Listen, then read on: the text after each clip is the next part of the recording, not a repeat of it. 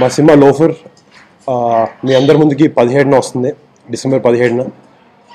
నేను పూరి గారు and C Kalyan గారు ఈ సినిమా చేసాం. అండ్ ఈ సినిమా నేను చేసిన ముందు ప్రీవియస్ 2 ఫిల్మ్స్ కన్నా ఇది చాలా డిఫరెంట్గా ఉంటుంది. నేను చేసిన క్యారెక్టర్ కానీ చాలా కొత్తగా ఉంటుంది, నాకే కొత్తగా ఉంది చేస్తుంటే.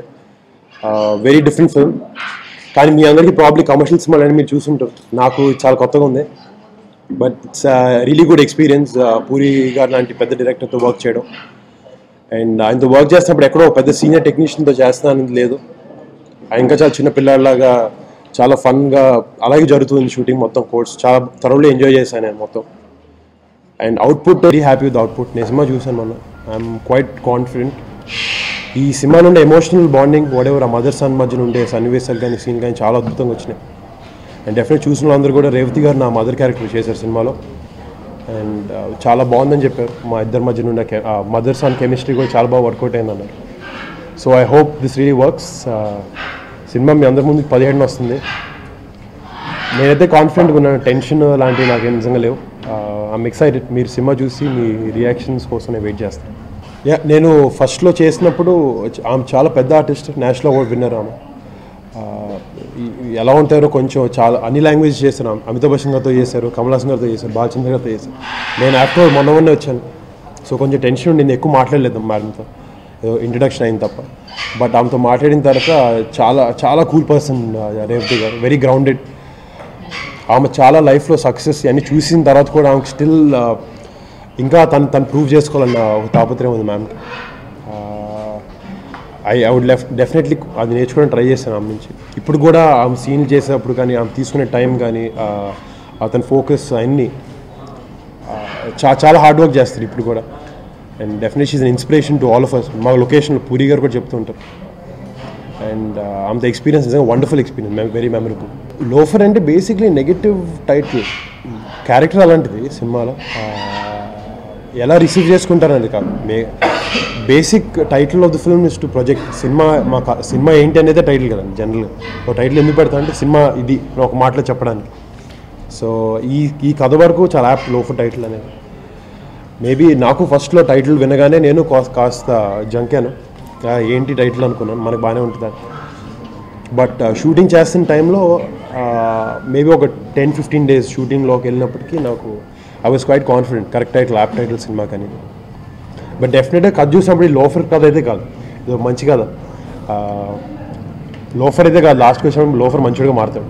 నెగిటివ్ షేడ్స్ అంటే ఇప్పుడు మా పెద్దనాన్న కూడా జేబు దొంగ లాంటి సినిమాలు చాలా చేశారు. చాలా వచ్చినాయి. మా పెద్దనాన్న ఫస్ట్ 2 ఫిల్మ్స్ నెగిటివ్ షేడ్, పునర్ నాయక్ సినిమా కూడా కొంచెం నెగిటివ్ షేడ్స్ ఉన్న క్యారెక్టర్.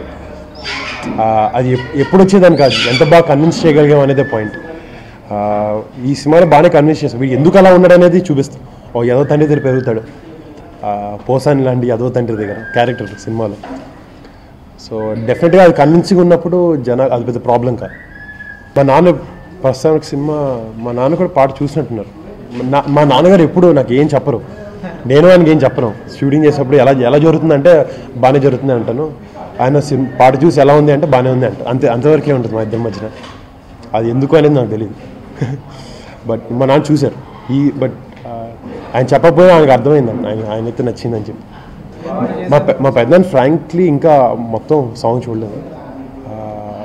ఆ 30 seconds బిట్ చూసి చెప్పారన్నమాట, నాకు చాలా బాగా చేసావు అని చెప్పారు. చాలా కష్టం అలా చేయడం. But very happy. ఆయన నుంచి కాన్ఫిడెన్స్ రావడం, ఆయనే నా ఇన్స్పిరేషన్. ఆయన చూసే పెరిగాను. చిరంజీవి గారు హార్డ్ కోర్ ఫ్యాన్.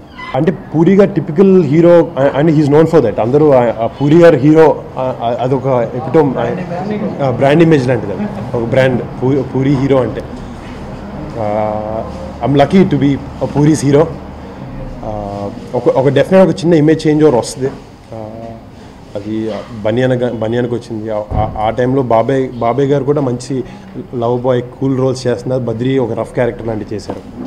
అదొక చిన్న ఇమేజ్ చేంజ్ ఓవర్ ఆ time. I hope it works for me also. అంటే బేసిక్ ఏం లేదు, ఆయన బాడీ లాంగ్వేజ్, ఆయనకి ఏంటంటే ఆయన హీరో చాలా స్ట్రాంగ్గా ఉంటాడు, ఎవడైనా ఎదిరిస్తాడు, భయపడ్డు, అలాంటి క్యారెక్టర్. ఆయన హీరోని ఎప్పుడు అలాగే చూడాలనుకుంటాడు, చాలా స్ట్రాంగ్గా. సో బేసిక్ నేనైతే ఏ లైన్ ఇచ్చినట్టయినా నేను ఆయన దగ్గరికి కూర్చునే, సార్ ఈ లైన్ ఎలా చెప్పమంటారు అడుగుతాను. ఆయన ఎలా చేస్తాడో ఆయన కాళ్ళు బాడీ లాంగ్వేజ్ చూస్తాను, అదే అక్కడ కాపీ చేయడానికి ట్రై చేశాను. సో బేసిక్ చాలామంది నాకు ఆయనతో చేస్తున్నట్టు చెప్పారు, you don't have to do anything, puri అని కాపీ కొట్టి అక్కడ చేస్తారు, అది వర్కౌట్ అవుతుంది. అదే I try to do that. నువ్వు ఏడుస్తుండే సాంగ్ ఉంటుంది, నువ్వు ఏడుస్తుండే బాగుంటుందని పాడుతుంటాడు పాట మొత్తం. హీరోని ఏడ్పిస్తూనే ఉంటాడు, ఎక్కువ కాదు. ఈ దీంట్లో హీరోయిన్ క్యారెక్టర్ కన్నా మదర్తో ఎక్కువ ఉంటుంది. సో సెకండ్ హాఫ్లో ఎక్కువ వరకు మదర్తో సన్తో ఉండే, హీరోతో ఉండే సన్నివేశాలు ఎక్కువ ఉన్నాయి. సో అమ్మాయిని ఏడిపించే కొంతవరకే తోంది. ఈయన బేసిక్లీ షూటింగ్ స్టార్ట్ చేసేటప్పటికి స్క్రిప్ట్ బౌండ్ స్క్రిప్ట్ అయింది. క్రిష్ కూడా అట్లాగే ఒకసారి వీళ్ళు రాసుకున్న తర్వాత షూటింగ్ వాళ్ళు రాసుకుని ఏం రాసుకున్నారో అదే షూట్ చేస్తూ ఉంటారు.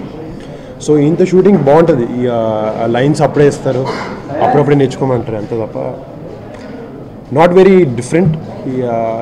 హీస్ ఫాస్ట్ అంటే మరీ మళ్ళీ ఇబ్బంది పెట్టే ఫాస్ట్ అయితే కాదు. మేబీ అందరికీ అలా ఆయన ఫాస్ట్. ఎందుకంటే 72 days అంటే కంచి 55 రోజులు చేస్తాను, నాకు అక్కడ ఇబ్బంది అనిపించలేదు. అలానే ఇది 75 రోజులు చేసాం, ఇది పెద్ద అసలు ఇబ్బంది అనిపించలేదు. So basic cinema to cinema మధ్యలో స్కెడ్యూల్ టు స్కెడ్యూల్ మధ్యలో ఆ డేస్ ఏవైతే ఉంటాయి అవే ప్రొలాంగ్ చేస్తూ ఉంటాయి. ప్లానింగ్ కరెక్ట్గా ఉంటే అయిపోతుంది. యాక్చువల్లీ లోఫర్ 1 month ముందే రిలీజ్ చేద్దాం ఇప్పుడు అనుకున్నాం. సో సరే కంచి కొంచెం టైం ఇచ్చేద్దాం, అండ్ రిలీజెస్ కూడా చాలా ఎక్కువ ఉన్నాయి.